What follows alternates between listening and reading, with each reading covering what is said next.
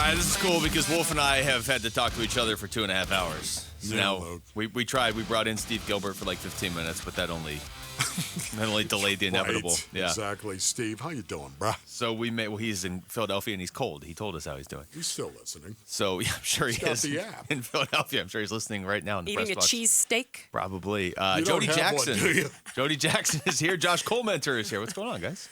Not much. Just I did crush a cheeseburger just now. Did you really?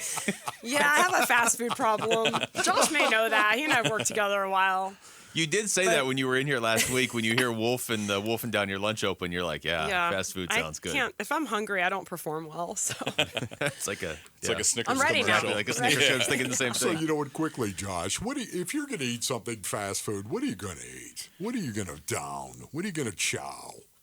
Typically a chicken sandwich. And if Chick-fil-A's line's too long, I'll just get someone else's chicken sandwich. But that's usually what I do. Why are we talking about lunch right now when we don't have food or any hope for the next 2 hours? Taboo here because it's spicy just chicken, please. Yeah. Okay. Yeah, spicy too. All right. Spicy chicken sounds good. Yes, exactly. Okay, I'm glad we established Luke, are that. you going to drive right now? Well, I'm Because going I to drive need to go you get a spicy chicken if you want to run the show for a little bit. I'll be sitting in the passenger seat with a shotgun. Yeah, You we don't actually- have a mobile setup? You we just drive should. around the valley. We actually called you two in here to host the show while we go get food. That's actually the point That's of this. smart. All right, so the game last night, and Josh, I'll start with you because, Zach Gallen goes out there. We were talking about this earlier. Okay, I don't want to put all the blame on one guy, but he's your ace, and he got hit hard. And it's really hard to look at that game and say that's not why they lost. So that's kind of, to me, pretty simple. Yeah, I mean, if you wanted to take good things from it, he did a really good job of just limiting the damage to what it was because he was in some situations where that game could have really got out of hand, got the big double play with the bases loaded, left a lot of runners out there, but it was the long ball, and that's what Philly's been doing. They jump on starting pitching from the get-go. Schwarber will swing at the first pitch, no problem, and he just wasn't getting swings and misses at his off-speed stuff, and then when he has to throw the fastball, he likes throwing it up in the zone, and those guys can just loft it in the air, and it gets out of that ballpark in a hurry. Do you think, Josh, that they were looking for that? I mean, it was the first pitch of the game. There was a four-seamer. And then, of course, for Bryce Harper, it was the first pitch of the at-bat for him. He was looking for that as well. I'm sure. I mean, they have a little bit of information seeing him. I mean, most of those guys just have a few at-bats against Gallen. It's not like a lot of history.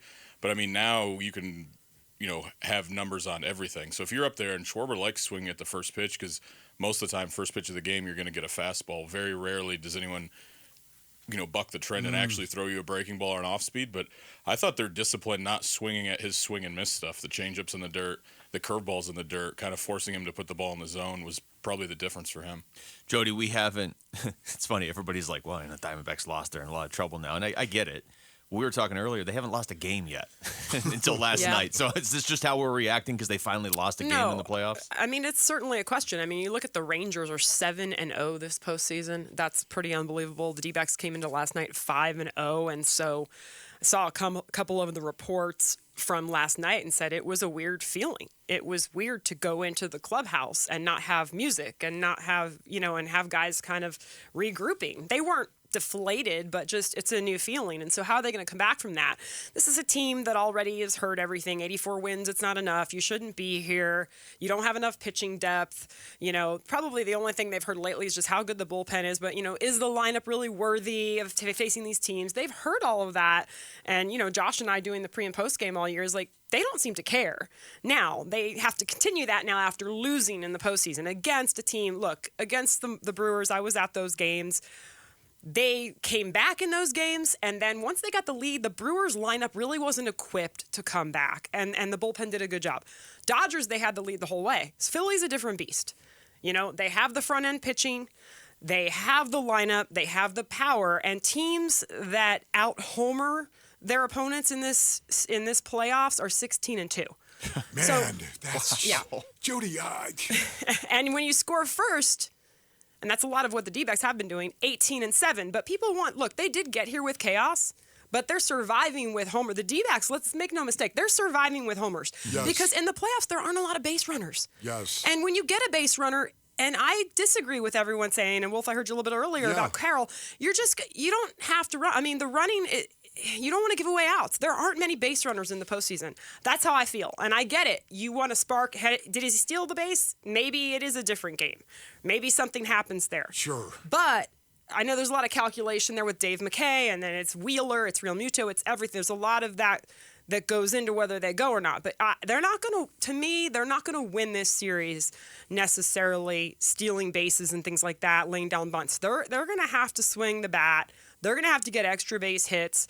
There's not a lot of base runners in the postseason, so that's why the Phillies are doing what they're doing, slugging their way to this point. Yeah, just honestly, I thought that the Diamondbacks, and I still feel like the Diamondbacks can't suddenly morph into this power team. This is all we're going to do is hit home runs when that's not who they were all season long. That, to me, that was my problem, Josh. Yeah, I mean, you just look at the swings. I don't know if it's just zoning it up, but they're taking huge swings. I mean, even last night, you'd see them, get a fastball count from Wheeler, and they were swinging to try to hit the ball out of the park. I don't know if it's conscious or if that's just the adrenaline, but they've been able to flip a switch, which is incredible because they didn't really have the momentum you'd expect going into the end of the season, just the way the season ended. Yeah. The last road trip wasn't that great. Lost all the games to Houston at the end. Typically, the teams that are playing better, but they were able to find a way to come back against the Brewers, and then what they did to the Dodgers was impressive. I mean, kind of beating them at their own game, hitting the ball out of the park. I mean, the thing also is tonight with Nola, he can be dominant, but he hasn't been as dominant as Wheeler all season. Wheeler was really good this year. He's been good going back to the Mets, but he's getting better with age, and he's more nasty now. But with Nola, watch me, call me a liar. Maybe they'll have a ton of traffic tonight against Nola. Maybe they'll be running wild. Maybe they'll force errors. I mean, that we can only hope. But I think against Wheeler, that wasn't going to happen. Against certain guys, it might not happen. Yeah, I just, once again, though, to me, I look at that and I say to myself, does it have to be either or? Why can't it be both? It would nice to have a middle ground, right? Yeah, absolutely. Why not get on? He was the leadoff hitter, of course. Shattered bat. It was great. Now all of a sudden you got Corbin Carroll on first. Why not try it? I understand that Zach Wheeler is really, really good. As a matter of fact, only three people stole the base off him all season long. Think about that for a minute. It's pretty stunning right there. But Real Muto, this guy's throwing out what, 22%? 22% of base steal, so to me, I'm thinking to myself, let's go. Let's be aggressive from the beginning. What's wrong with that? Nothing. I think that might change tonight because you see the Phillies, that's what they want to do is jump on you early, get momentum and then keep it, especially in that ballpark. Because if you have the fans behind you at that place, it really puts some pressure on the other team. It's just a raucous environment. And I could see, because the D-backs, if they get ahead, can kind of take some air out of the ballpark a little bit, and then the closer they get to their bullpen with a lead, the better, just the way that bullpen's been throwing, the last month and a half of the season. This is how you can tell it's a big sports story. Yeah. We all just had the conversation during the break. Like, we went to break and we all just kept talking about the series. Right. It's not, you don't have to force any sort of topics here. Well, I did a little Santan Ford as well. You did, but we basically all just talked right over you while you were doing that. it. Yeah, There's baseball going on. It's the NLCS. Merrill Kelly gets the start tonight. And, Jody, I'll start with you. We have not seen Merrill Kelly very often in these playoffs. Once in a game where it was 6-0 before he even picked up a baseball. But as we have talked about for a good chunk of the season, he and Zach Gallen, very similar numbers at the very least. And he has a chance, if he can go out there and give them a strong start tonight, he get a split out of Philadelphia. That changes everything. Yeah, and Josh was just talking, I won't steal his thunder, talking about the layoff and maybe what it means. And when you hear the number of days exactly, which I'll let Josh talk about, it's a little bit of a layoff, yes. So you wonder. But for Merrill, I'm excited for tonight. I think he's a guy that will thrive off of a little bit of that atmosphere, a little bit of the chip on the shoulder. He's always kind of had that, going back to coming over from Korea, not getting his chance till he was 30 years old. The 30-year-old rookie back in 2019. And now, I mean, we all know, we've been watching him for 4 seasons. He's been such a big part of what the Diamondbacks are building. And he's been through the bad times, and he's been through the good times, and he's been very steady. As I said earlier today, today on another show, like on MLB Network. In fact, it was Steve Berthume and Bob Brenly always call him Merrill the mainstay because he just kind of goes out there and does whatever's asked of him and really locates all of his pitches. He's got a lot of variations of his pitches, and so I'm hoping he'll be sharp tonight. And that's because Josh, how long is it for the layoff? Yeah, it's only been 10 days, and he's only thrown twice in the last, I think, 18 days. Yeah, that's crazy. Well, Jody teased it. Tell us about that. How big of an issue is this, the layoff for Merrill Kelly? Yeah, it's tough because you're getting reps. He probably threw, I would assume, 2 bullpens instead of just 1, but you're just kind of refining your stuff. I mean, he's not facing hitters, so you're not amped up yet, and especially in a playoff atmosphere. So a lot of times it's like if you're a golfer, if you don't swing for a while, you go out and you can't tell tempo or pace. So he can't tell if he's going too fast, if he's going too slow, if he has to amp it up a little more. And so you can be off. So you're going to be able to tell, I think, right away what kind of command he has and what kind of feel he has for his stuff and for the game. That's why I'm a bad golfer right there, because I don't golf. But so can I ask I want to follow up with you on the field, because I heard earlier, I think it was Bick talking about questions that because I'm that reporter that's asking the questions in there, right? And so it's like, how did you feel before the game? Well, I know it is kind of a cliche question, but to me it's real because unlike, in football, you're going to hit a guy, right? If you don't take the right angle, that's a mistake. But in general, like, you're probably ready to hit that day. Yes. But as a pitcher, it's so fine, the feel. Your hand, how it's coming out. It is sort of a legitimate question because some days you don't have the feel for certain pitches, and that can blow up your whole start. Now, some guys don't have it in the bullpen and magically comes back on the mound. So am I right or wrong there, Josh? Oh, 100% right. I mean, there's sometimes you go out and guys will have complete command of everything in the bullpen, but then you go out to the game and it switches, that adrenaline comes up, the first hitter gets in the box, and all of a sudden you lost it. I almost always wanted to feel just loose in the bullpen. All right, I'm kind of throwing it on this side. I'm kind of throwing it on this side. Then when the hitter gets in, you really lock in with that adrenaline and the tempo and everything, and you start making your pitches. But it's very true because you can see guys, why is he only throwing, fastball changeup? Why is he only throwing fastball curveball? Well, the other pitch he can't find it right now. It's not easy, people. And you're it's trying not to easy find to it. Just do manipulate this. a ball with your hand and make it drop or Jody, spin. I don't know if I really appreciated you, though, bringing wedge busting down the way that you did right there. I'm not saying that's easy either, but I like how you asked, well, if he'd be ready to hit somebody. He was like, yeah.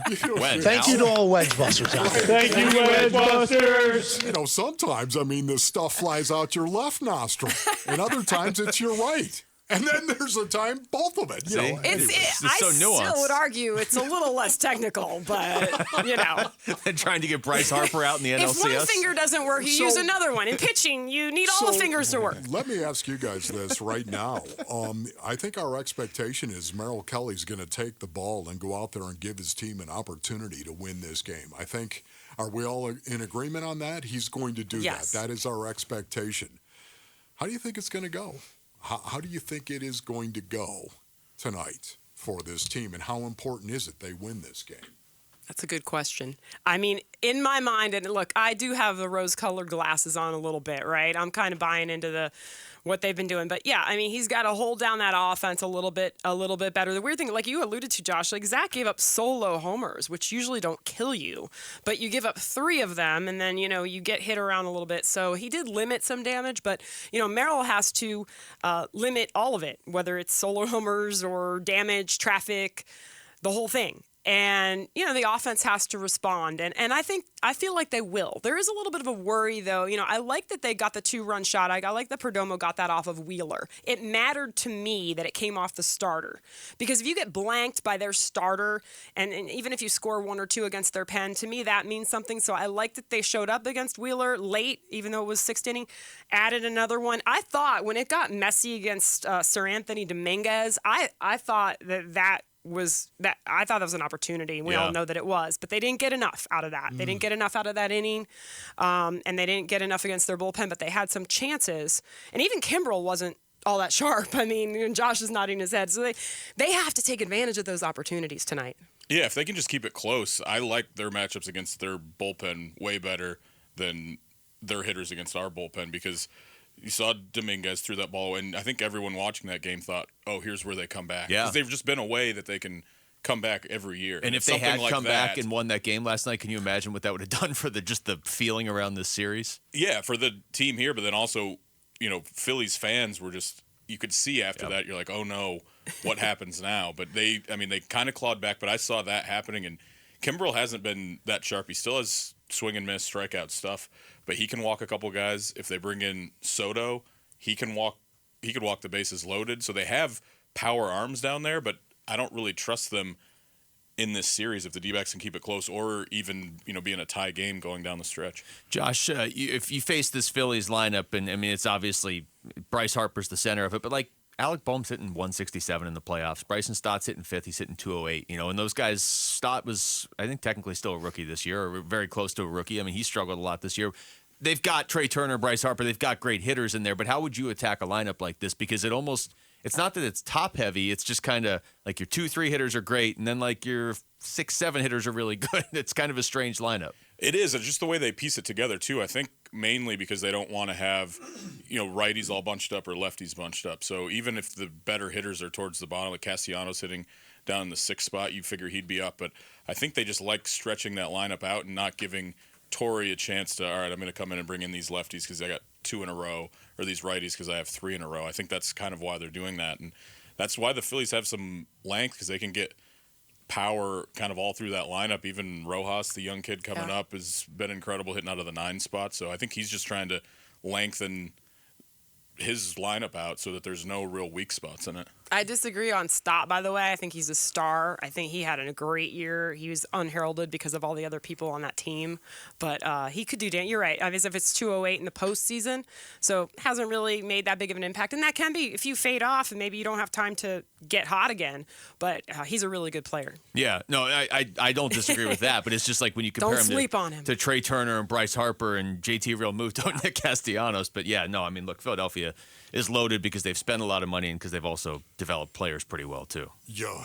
For me, guys, as a former player, I can't stand the question I'm about to ask you. Good. Okay. Yet I will tell you, there's a lot of people who believe this is a must-win situation for the Diamondbacks tonight. Do you believe that it is?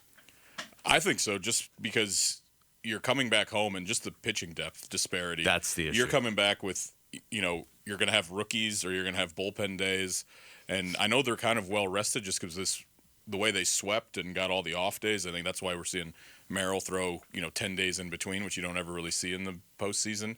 But I just think if they were to come down 2-0 coming back home with a lot of inexperience and just kind of hodgepodging I'm assuming they'd bring Gallen back in Game 5, but it's just going to be tough behind the 8 ball big time just because of the lack of depth in the pitching rotation. Yeah, I agree because, while we've seen Brandon Pfaadt be pretty good, he was good against the Dodgers, which was a cold lineup, which is crazy to say, but they really were. The D-backs kind of knocked them out before they could even catch their breath. But Pfaadt, you're not sure what you're going to get there in 4. Seeing them put Slade Ciccone on the roster tells me they're not just going to put a guy on the roster if they're not going to use him. So maybe it's some kind of bullpen game involving Slade, involving the other guys. But yeah, so with Merrill out there, this is the time. Yeah, if you come back, Wolf, 0-2, it does look very tough. No, I know it does look tough, especially against his team right here. But this is what competitors do. This is what you do. Tell me I can't do something, Jody, and watch me do it, right? Yeah, that's the mentality. Well, she already said you can't throw a changeup very well. Right, exactly. I haven't seen him try, but yeah, it's just once again, especially with this team, they've been resilient all year. They've done incredible things all year.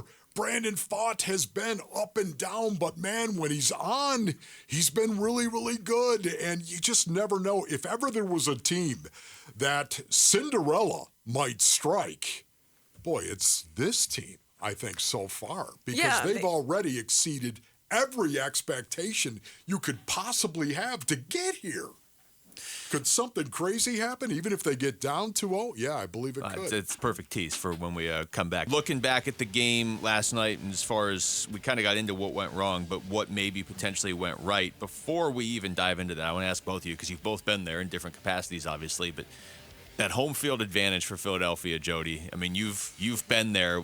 Wolf and I have been talking the last couple days. To me, it's not the first thing I think of in baseball. I don't think of home field advantage other than you get to bat last. I mean, just the typical things, like you get to sleep in your own bed, all that stuff. But in terms of like the crowd affecting a game, you don't usually think of that in baseball, except in Philadelphia, you definitely do. Yeah, I mean, and the crowd is like a whole nother level. Again, and they were pretty good in Milwaukee. LA's interesting, right? Like they're always loud and they're there, but like Philly's a whole different thing. And you even saw it last night, all the choreography, right? The chants in unison and the singing, and guys come up in their walk-up song and they keep singing it, the whole crowd. I don't know how many people are in that stadium, 41,000, 40-some thousand. And then when I was there earlier this year, even those, it always strikes me when I go there this last couple of years. And I know back from 08 to 12, when it was crazy there, it was always the same regular season. But right now in that regular season, the last couple of years, it's packed even during those games. Of course, I'm not comparing how loud it is now versus then, but it was electric then in the middle of the summer. I can't even remember what month I went there now because that's kind of how baseball goes. But yeah, sometime after April. Yeah, it was. I think it was June or July it was in or June. August. Yeah. Was it June? Yep. Okay. Was it the middle of June? Flies by. Yeah, the middle of June. Break out into song. Right now. But yeah, it's just. There we go. There. Okay. Now we got that out of our system. I feel better. Continue. Yes.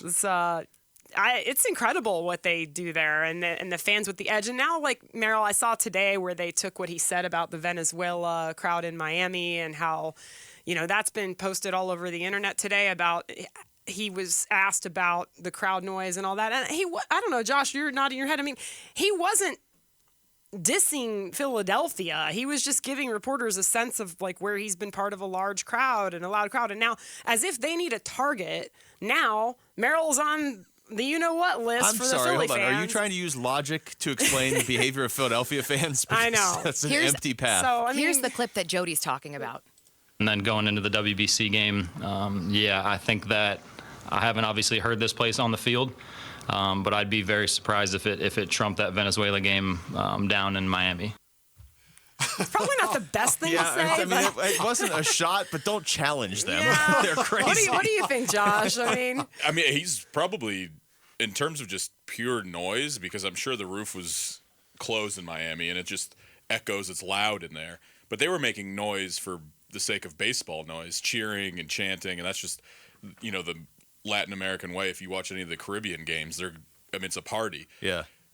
It's different when there's one collective fan base against you. They're not going to be cheering, go baseball, yay baseball, this is awesome. They're going to be focused specifically on Merrill Kelly. Stay strong, Merrill. Stay strong. That's a whole different animal. But yeah, you're right. These people don't need any more motivation. I mean, there's people that were probably there and had breakfast in the tailgate lot. Yeah. And then they'll have lunch, and then they'll have dinner and go into the game. I just keep thinking back to when Philadelphia won the Super Bowl and the guy ran right into a wall. Remember that? And it was just and everybody's like, no, that makes sense, Philadelphia. Honestly, too, if I were a fan there, it would drive me crazy, the standing part of it, right? They stand the whole game. Sit down, right? I mean, Wolf sitting in the back row like, hey, I can't see around you. Will you sit down? Well, back to Jody's Wolf there. point, or talking about attendance, 42,901 is what they say the capacity was. Yeah. There's over 45,000 fans. So there's an extra 3,000 fans. Just roaming They're around. Roaming. That just snuck in. standing. Yeah. Maybe those guys that are up on the roof. Did you see that shot of the guys on the rooftop? Wherever they can get in. So I have to ask you this, Coley, because as a football player, of course, there are some stadiums that are really, really bad, where you totally have to concentrate on your job and what you're doing in the huddle, and the quarterback is screaming at you what the play is, and you can see the vein in the side of his neck. He's screaming what the play, and you can't hear him. And if you couldn't read his lips, you wouldn't know what he was really saying, right? That is disconcerting to a human being when you're in that huddle. What about in the game of baseball? Who would have a bigger advantage if it was just general noise that was coming down, the pitcher or the hitter? Who would have a bigger problem? Just watching some of the playoff games, even just being at when the Diamondbacks clinched against the Dodgers, and those hitters are trying to focus with the game on the line, it seems like it would rattle them more. The biggest thing for a pitcher is if it's just noise, you can kind of flush that out. If everybody's screaming at you and it's just loud, it's easier to flush that out. Sometimes the games that were harder to focus on is when there's nobody in the stands and you could just hear casual conversations, or you could hear the one guy. You could say it, Miami. Or you could hear the one guy yelling at you. If you have a whole crowd yelling at you, it's just noise. That makes so much sense. Just two people having a conversation, then turning and yelling at Josh Colmenter. Yeah, when there was no background buzz that you hear in a stadium, that would get to you more than if it was the loudest place you'd ever been. Yeah, no, that makes sense. Jody, I want to go back to something you said earlier, that to get those runs off Zach Wheeler yesterday, it means nothing in the series, I understand, in terms of the result from Game 1, but that did mean something to me, too. Not just because you showed up for the series, not like they're still trying to wake up the bats in Game 2 while Philadelphia is already off and running, but also because it was off Zach Wheeler, because you don't want him to loom over the whole series of like, yeah, well, if you get it to a Game 5, you're screwed anyway.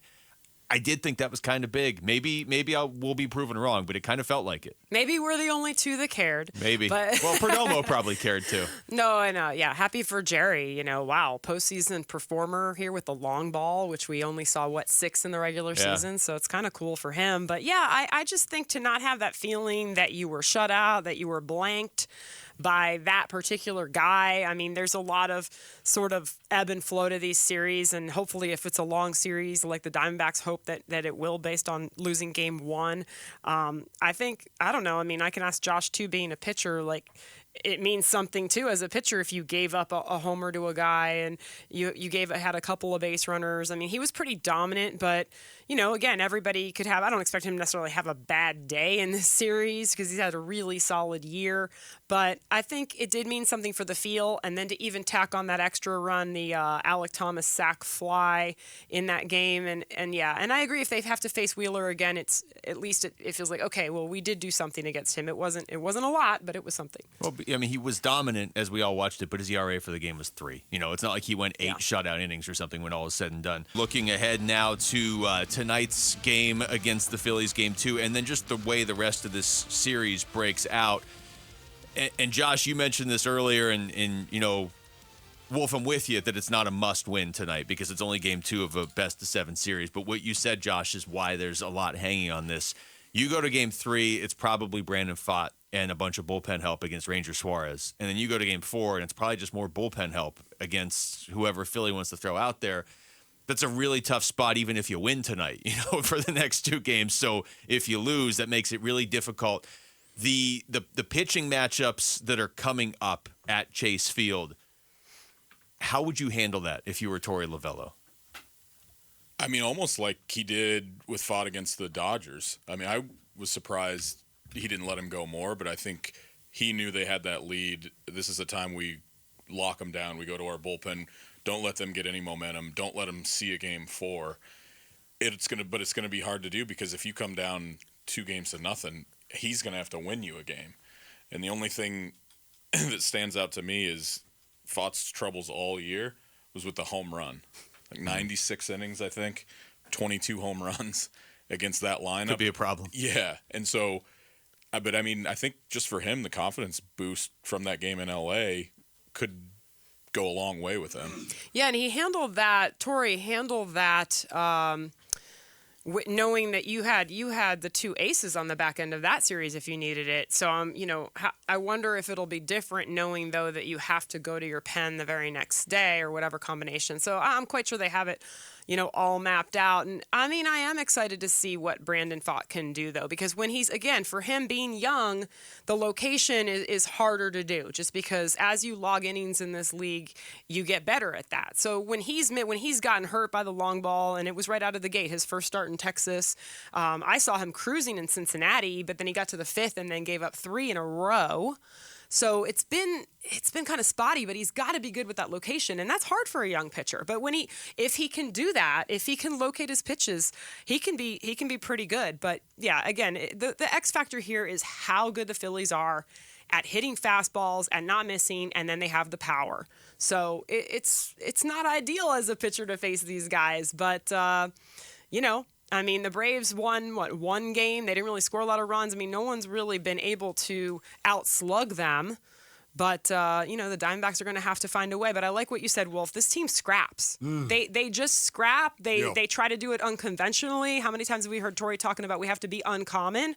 And so I kind of trust that they will be. Yeah, I kind of hope we see that. Once again, that goes back to the Corbin Carroll thing. I know that, what you're saying is accurate in regard to hitting the long ball and everything else, but I don't necessarily think that it has to be one or the other. That's just me. And I know you don't want to run into outs. I know you don't want to do that, but you've got Corbin Carroll. I don't anticipate him running into outs. That's just me.